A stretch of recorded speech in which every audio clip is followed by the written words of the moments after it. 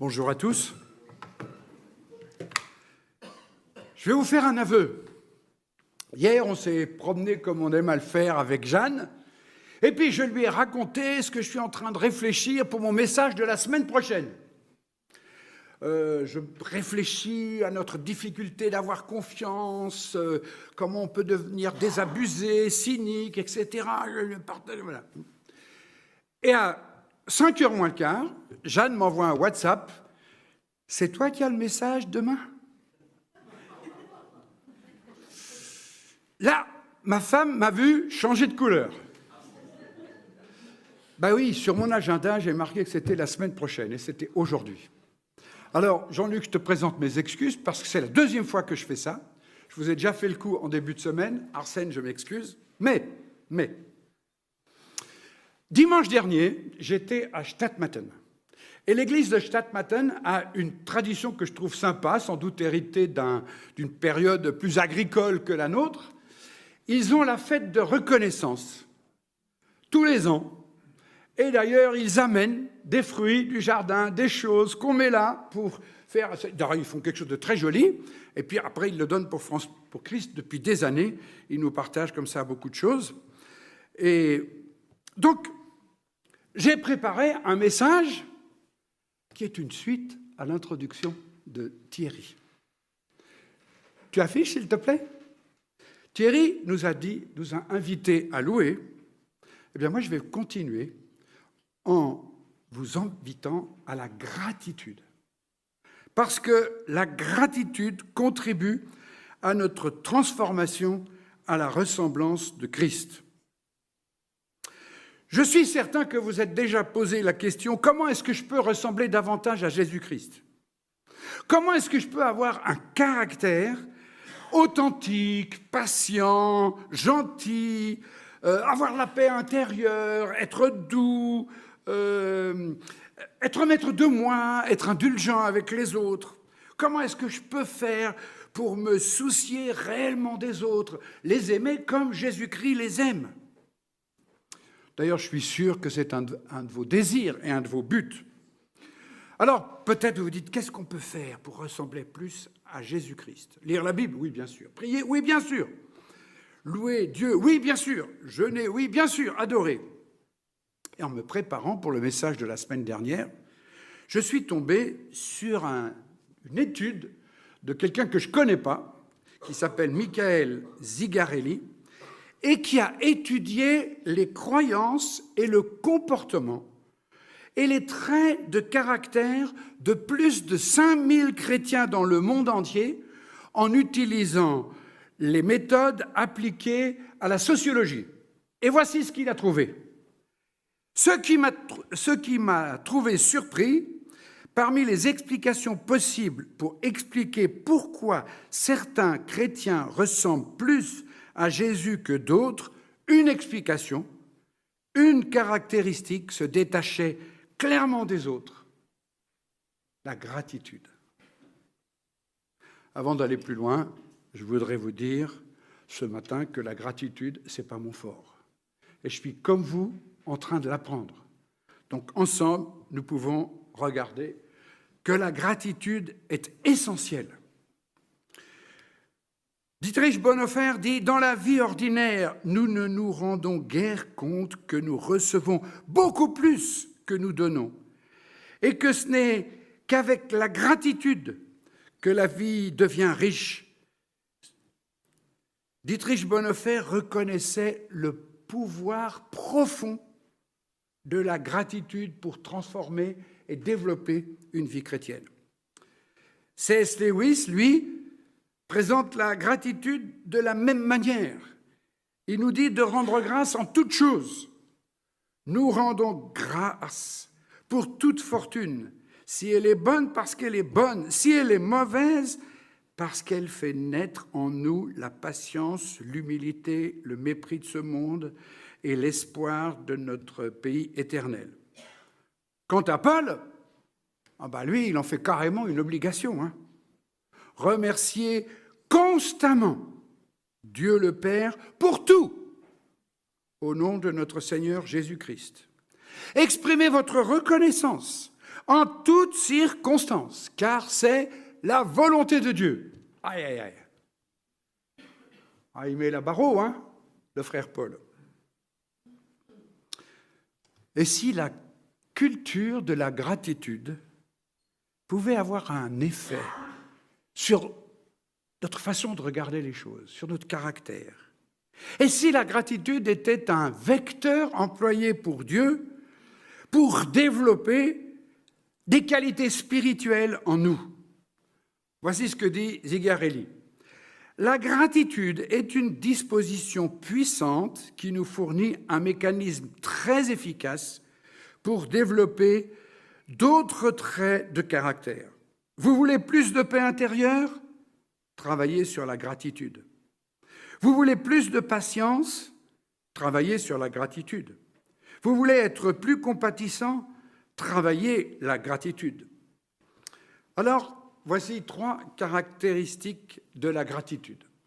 D'abord, la gratitude est intentionnelle. La gratitude quotidienne ne consiste pas à ignorer les difficultés de la vie, ni les douleurs, ni les problèmes. Elle consiste à reconnaître et à observer la présence de Dieu dans tout ce que nous vivons chaque jour. C'est une injonction biblique que la paix de Christ à laquelle vous avez été appelés pour former un seul cœur règne dans votre cœur et soyez reconnaissants et pratiquez la gratitude. La gratitude quotidienne, intentionnelle, nous donne une perspective qui donne à nos souffrances. Et j'ai entendu cette prière exprimée aussi aux choses que nous ne comprenons pas, qui nous paraissent indéchiffrables dans notre vie. Pourquoi? Parce que ça nous oriente sur les valeurs du royaume. On va y revenir. L'amour, la confiance, la compassion, l'humilité et la grâce sont en Dieu. Et dans toutes nos circonstances, nous devons nous tourner vers lui avec gratitude. Et lorsque nous cultivons la gratitude, nos souffrances ne changent pas, mais notre perspective change. Et justement, je voudrais insister sur le fait que la gratitude change notre regard sur nos circonstances. Vous serez d'accord avec moi que le thème du sermon sur la montagne, c'est le bonheur. 4 fois heureux, heureux, heureux. Mais la manière et l'angle, le prisme avec lequel Jésus regarde la notion d'être heureux, ce n'est pas tout à fait les mêmes valeurs et le même angle de vue que nous. Ce que Jésus appelle être heureux, ce n'est pas tout à fait ce que nous appelons être heureux. Mais si nous pouvions regarder nos circonstances, comme Jésus les voit dans le sermon sur la montagne, ça, comme un prisme, ça changerait notre perception. Nous verrions les choses de manière tout à fait différente. Est-ce que vous avez déjà remarqué que des choses négatives vous sont apparues après comme des choses positives? Moi, il y a un truc, quand j'ai préparé le message, il y a un truc auquel j'ai pensé. Vous savez, il y a plusieurs années, c'est la seule fois où j'ai entendu louer Dieu sur France Info. C'est pour ça que je m'en rappelle. Ils ont interviewé un gars qui a raconté qu'il était tellement furieux d'avoir... C'était en Asie du Sud-Est. Il était tellement furieux d'avoir raté son avion. Peut-être qu'il y avait une fois un seul avion par semaine, quoi. Sauf que son avion s'est crashé, il n'y avait pas un seul survivant. Et le gars a changé de point de vue et il a loué Dieu sur France Info. C'est exactement ce que Paul disait. En effet, nos légères difficultés du moment présent produisent pour nous, au-delà de toute mesure, un poids éternel de gloire. Ainsi, nous regardons non pas à ce qui est visible, mais à ce qui est invisible, car les réalités visibles sont passagères et les invisibles sont éternelles. Et c'est la gratitude qui nous permet de donner à nos circonstances cette vision. La gratitude, selon la Bible, ne consiste pas simplement à trouver des raisons d'être heureux dans nos circonstances actuelles. Elles nous permettent plutôt de voir nos vies, nos destinées, à la lumière de Christ, à la lumière du royaume, en comprenant que même nos souffrances, nos difficultés et nos épreuves ont un but divin.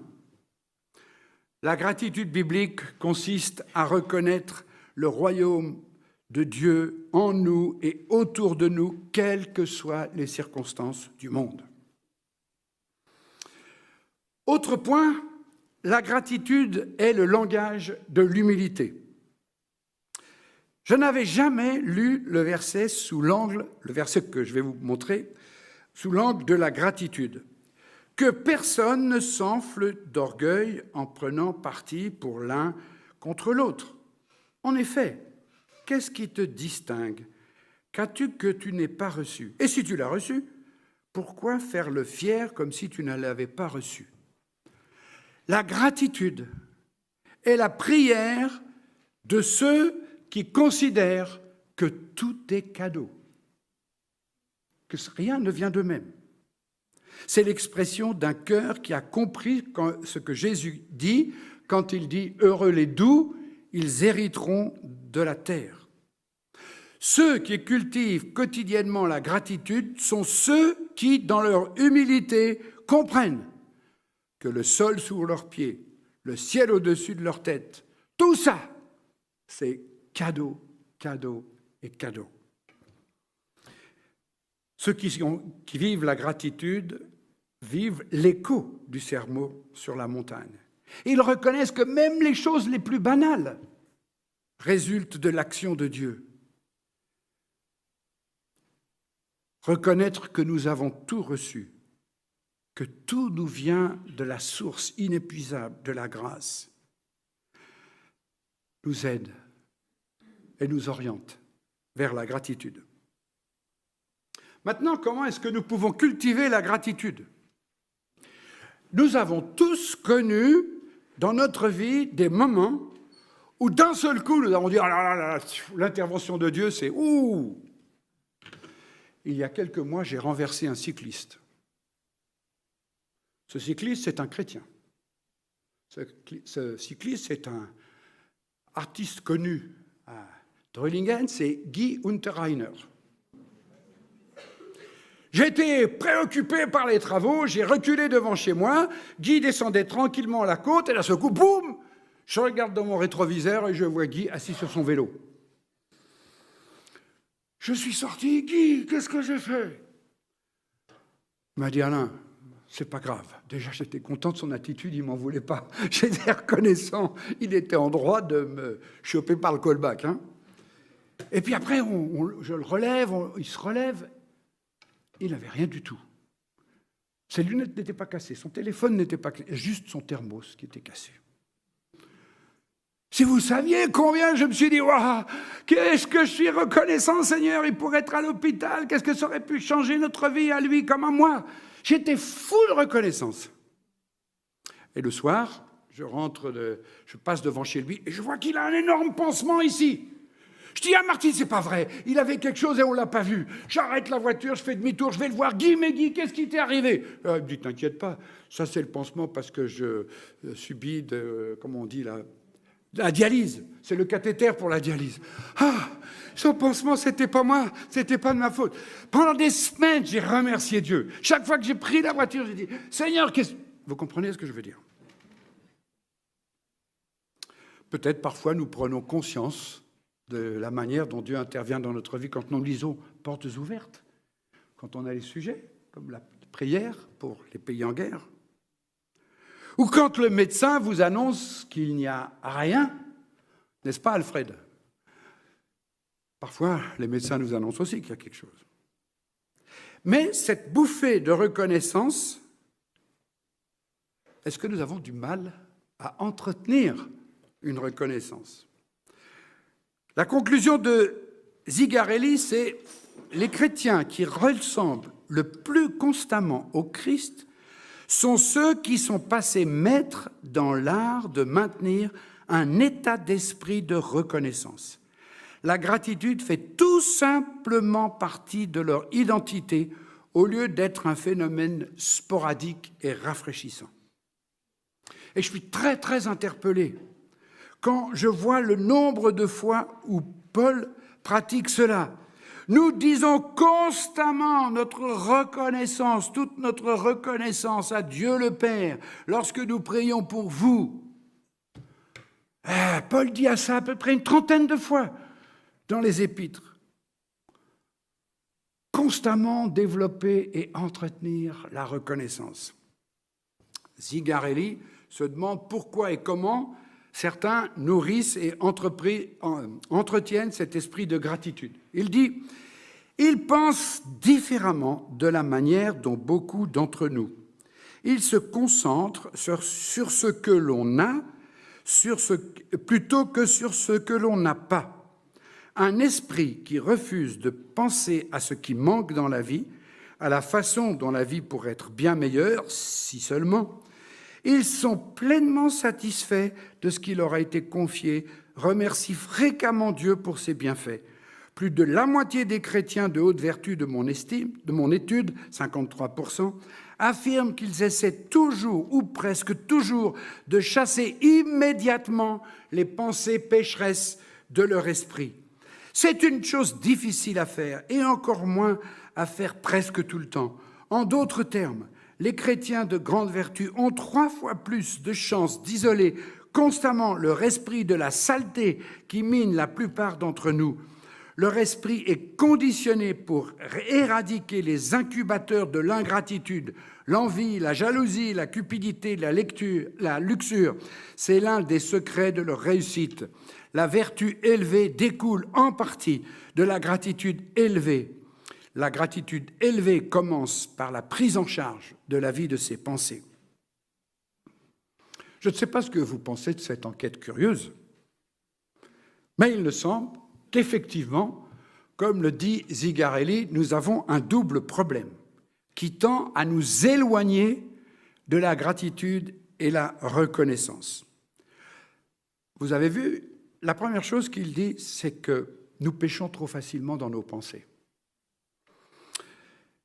Et c'est un vrai combat de séparer nos pensées du péché et de confesser notre péché chaque fois que les pensées sont là. Et nous devons, et je dois m'en repentir quotidiennement et plusieurs fois par jour. Mais ne pas maintenir ce combat pour nos pensées nous éloigne de la gratitude. Pensez à ce verset. Mais Ézéchias ne fut pas reconnaissant du bienfait qu'il avait reçu et son cœur s'éleva. Notre deuxième problème, c'est que nos pensées dérivent trop facilement vers l'envie. L'envie est une grande concurrente de la gratitude. Plus nous désirons ce que les autres ont, moins nous sommes satisfaits. En étant envieux, nous sommes aveugles à la providence de Dieu et ingrats pour tout ce qu'il fait pour nous. Rappelez-vous de cette exhortation de Paul. Ceux qui appartiennent à Jésus-Christ ont crucifié leur nature propre avec ses passions et ses désirs. Si nous vivons par l'Esprit, laissons-nous aussi conduire par l'Esprit. Ne soyons pas vaniteux en nous provoquant les uns les autres et en nous portant envie les uns aux autres. Et selon Zigarelli, quel est le secret de ces chrétiens qui s'approchent de la ressemblance de Christ? Il dit 4 sur 5 se souviennent constamment, tout au long de la journée, de la façon dont Dieu les a bénis. Et il faut juste mettre ça en parallèle avec la parabole des 10 lépreux.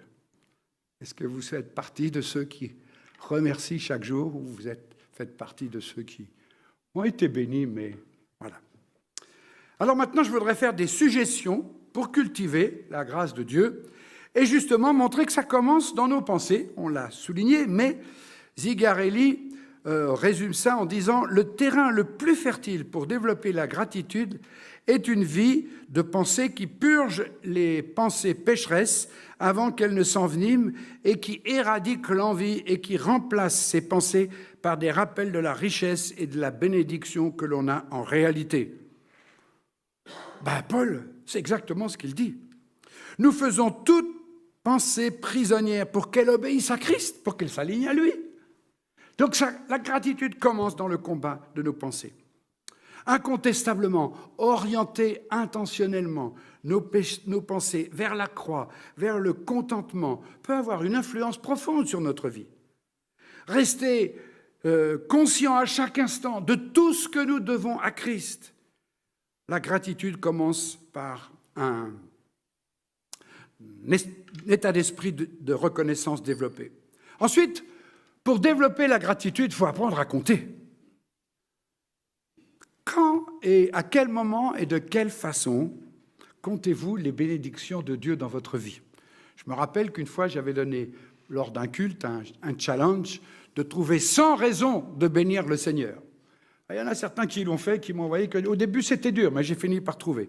Alors maintenant, je vais être beaucoup plus modeste.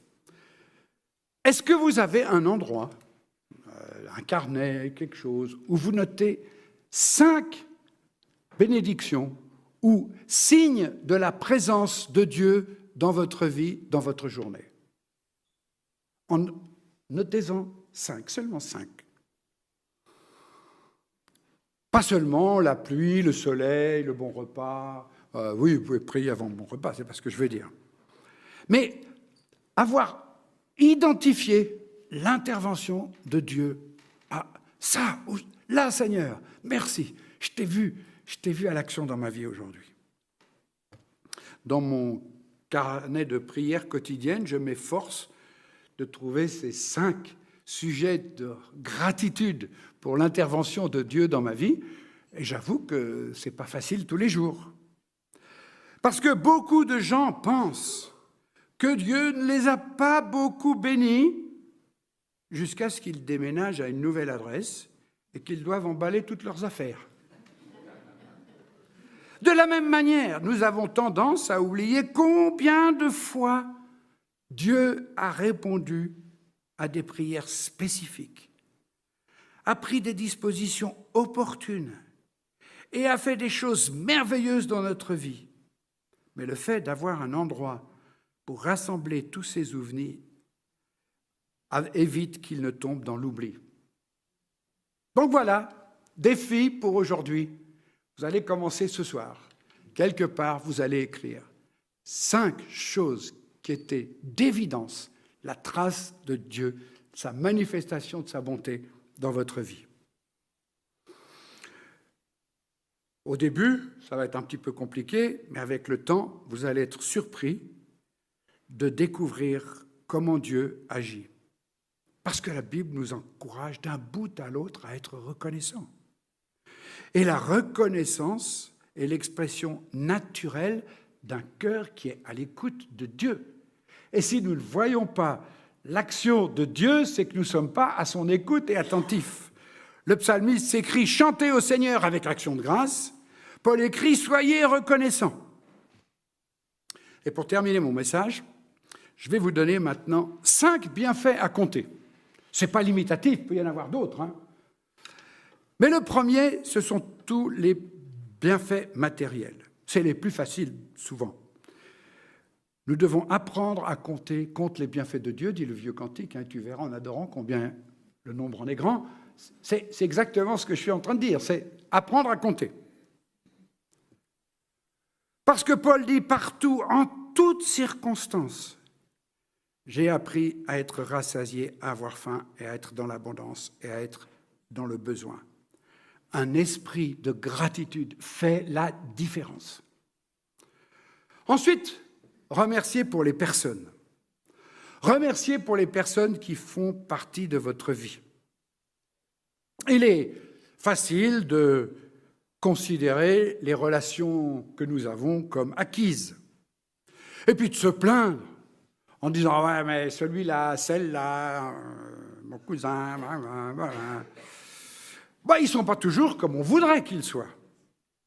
Mais nous devons remercier Dieu pour tous ceux qui nous entourent.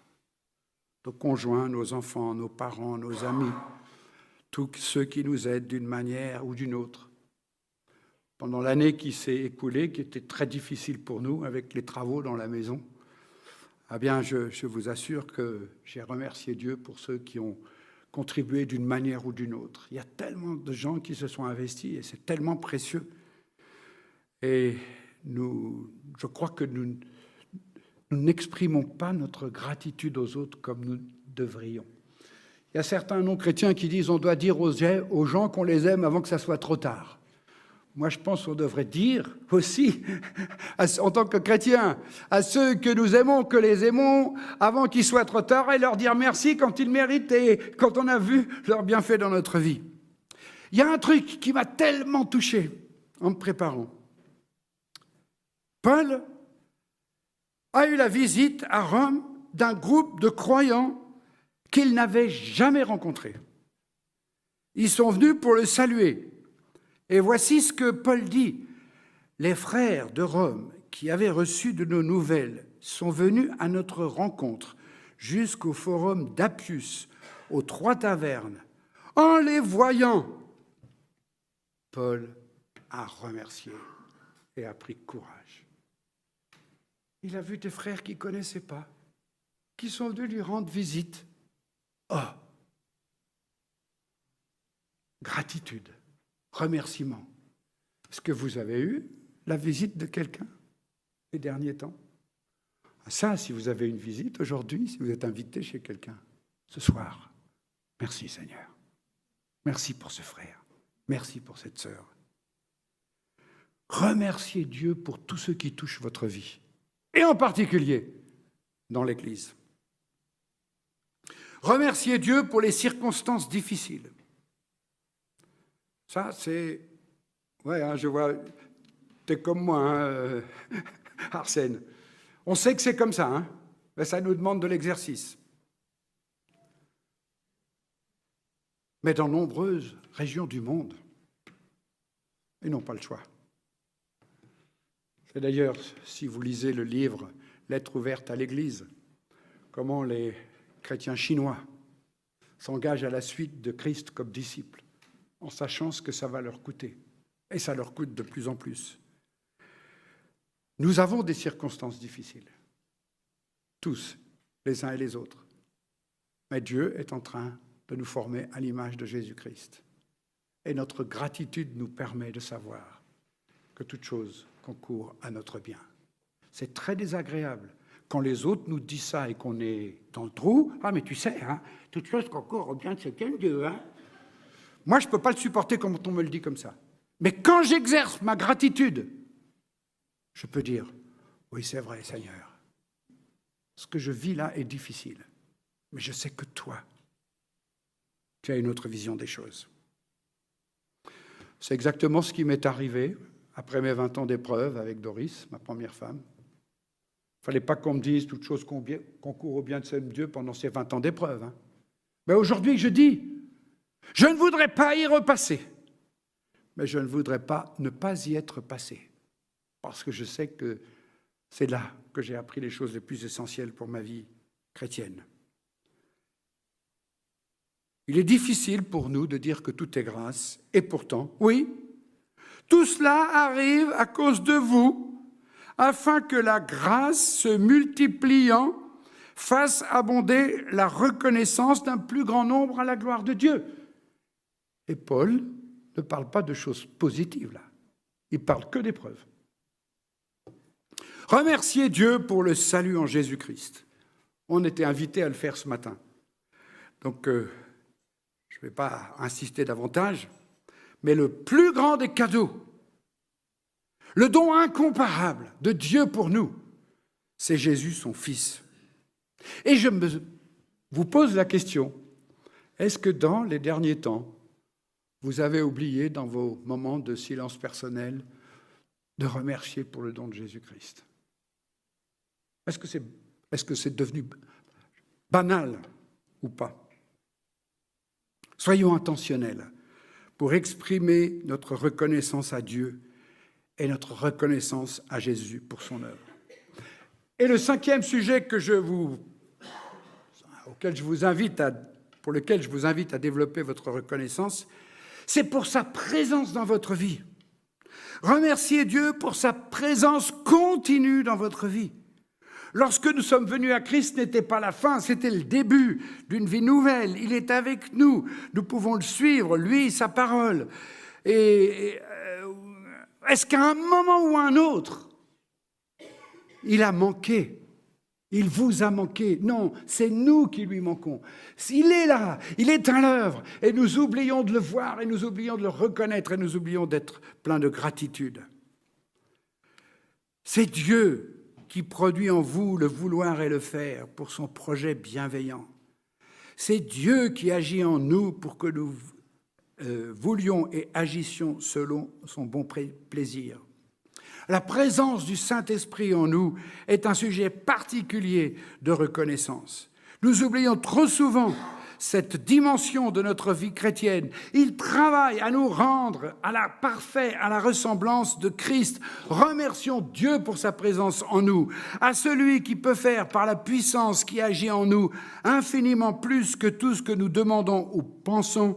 À lui soit la gloire dans l'Église en Jésus-Christ pour toutes les générations au siècle des siècles.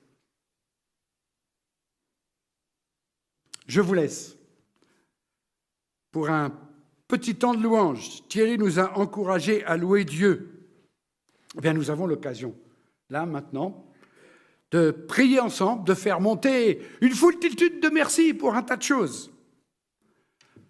Que Dieu vous bénisse et puissions-nous développer la gratitude et avoir la vision qui est celle de Christ pour notre vie, à la ressemblance de Jésus. Prenons un moment pour remercier le Seigneur aussi.